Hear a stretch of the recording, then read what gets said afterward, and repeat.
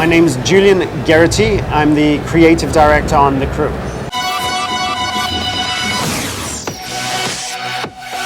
So, launching a new IP is risky business. It's an investment. And the team downstairs, we've been working so hard on this game for so long that we were just dying to talk about it. We almost had a leak. We had a leak, but we kind of controlled it. The leak wasn't particularly accurate, but we were super worried. So the last 2 weeks of my life have been terrifying. But being able to talk about it finally is awesome. So to talk about it, we've been working on a specific demo, which you can launch off an iPad, which is kind of cool. It contains 4 different regions that are selected out of our contiguous, the whole of the USA, and 4 different missions, single player missions, and then 1 cooperative mission, which is a takedown, which is through the streets of Miami. Pretty cool. Okay, so if a random guy walks up to you on the street and he says, what do you do? And you say you make The Crew. How do you sell it to him in a couple of sentences? How do you explain it? It's a good question. I think for me, The Crew is the first true MMO driving game. It's set in the entire USA, and we've created a persistent world, which basically means that you're always going to have somebody to challenge, somebody to drive with or drive against. So if you ever played Test Drive, it's like Test Drive but on steroids. So it's really, really a powerful game. How did you come up with the concept? I'd say, honestly, the team at Ivory Tower, they're a bunch of guys from Test Drive, from Burnout, from GTA, from Need for Speed, from Split Second, all of these absolute gearheads from different racing game franchises who really wanted to make almost the ultimate driving game. The first step was the USA. It's tech challenge, but it's not just for the scope of it, it's for the variety in the US. You've got city streets, you've got mountains, sand dunes, beaches, back streets, everything there. And that's something that we're really, really proud of as well. Is it fair to say it's ambitious, right? What do you think? Would you say it's too ambitious? Honestly, I don't think so. I think if you look at racing games and driving games in general, I think you've got the highest concentration of awesome games in that category. So unless you're doing something that's crazy ambitious, why bother? Why go to work in the morning? So, I have ultimate respect for the Forza guys, the GT guys, the Need for Speed guys, the Grid guys, the Dirt guys. If we're not bringing something really different and really fresh and exciting, might as well stay home. So it's this, you call it an open world MMO racer. I mean, so when somebody picks up the game, what is their objective? I mean, what do they set out to do? I'd actually correct that from racing to driving, because there's driving in it. Of course, illegal street races, checkpoint races, whatever you want, urban, real asphalt races, highway duels and stuff like that. But there's also off-road.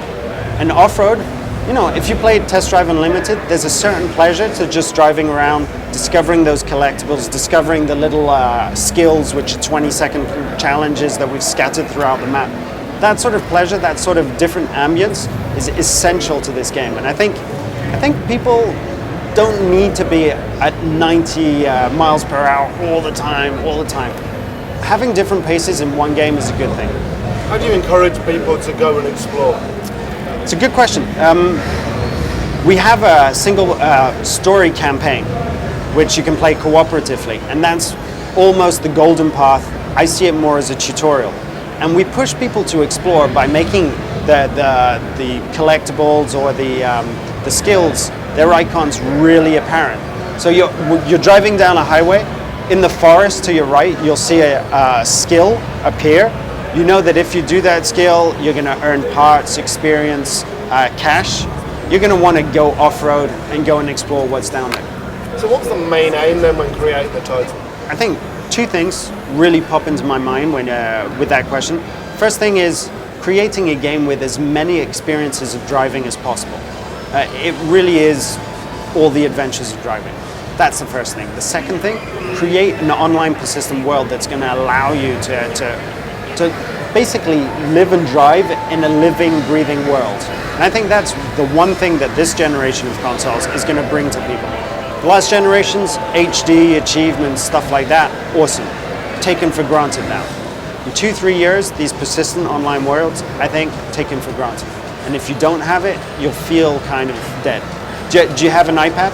Yes, I do. When it's not connected, how does it feel? I don't know. It's like walking around at E3, right? You want to check it, and you're like, I can't check it. It's not on. There's no Facebook, no Twitter, no email.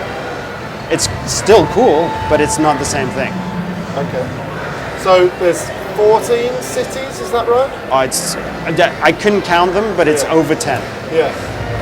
How long must that have taken to build these huge open worlds? It's been in dev for a long time. Yeah. So we have a proprietary technology that helps us build out the environment, but everything still has to be placed by hand and made by hand, and we need to get the right feel and the right look for different places. So you've seen Miami, really looks very different from New York, looks very different from Detroit, that'll look very different from Las Vegas. They have to. These are different cities with different spirits. How are the cities created? Have you played, is it like one-to-one? Is that what you've aimed for, or is there a little bit of artistic freedom? Oh, there's more than artistic freedom. I think it's gameplay freedom. If we stuck one-to-one, these cities would be boring to drive in. So in terms of scope, I like to compare our New York to Liberty City, but we have, 10, 15 other cities like that.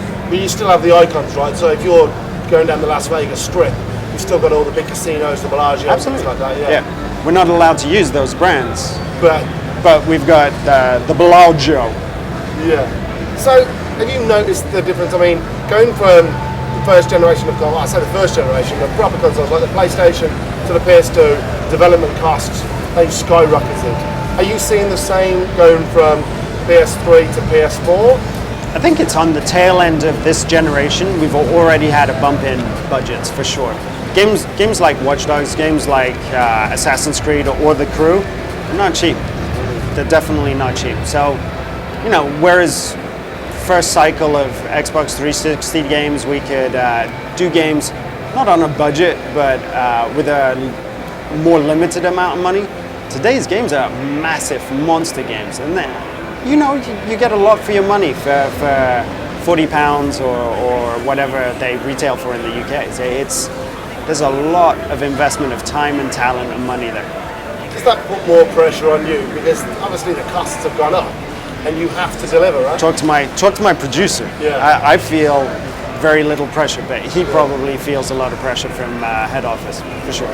If you could bring one thing to the racing genre from The Crew, that people could innovate, and people then kind of take that innovation from other people and do their own version. I mean, if you could bring anything to the racing genre that other people took on in other games, what would it be?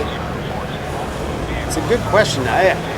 Honestly, this is the game that I want to make. So if I'd asked myself that question 4 years ago, I'd tell you, well, open world and living, breathing worlds. That sort of response is really what I wanted to do with this game, and I think we're hitting that.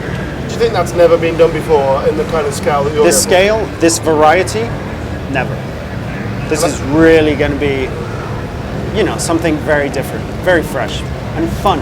Because I find that all of these briefings, they miss one word, and that's fun. It's coming out early 2014, Xbox One, PS4, and PC too.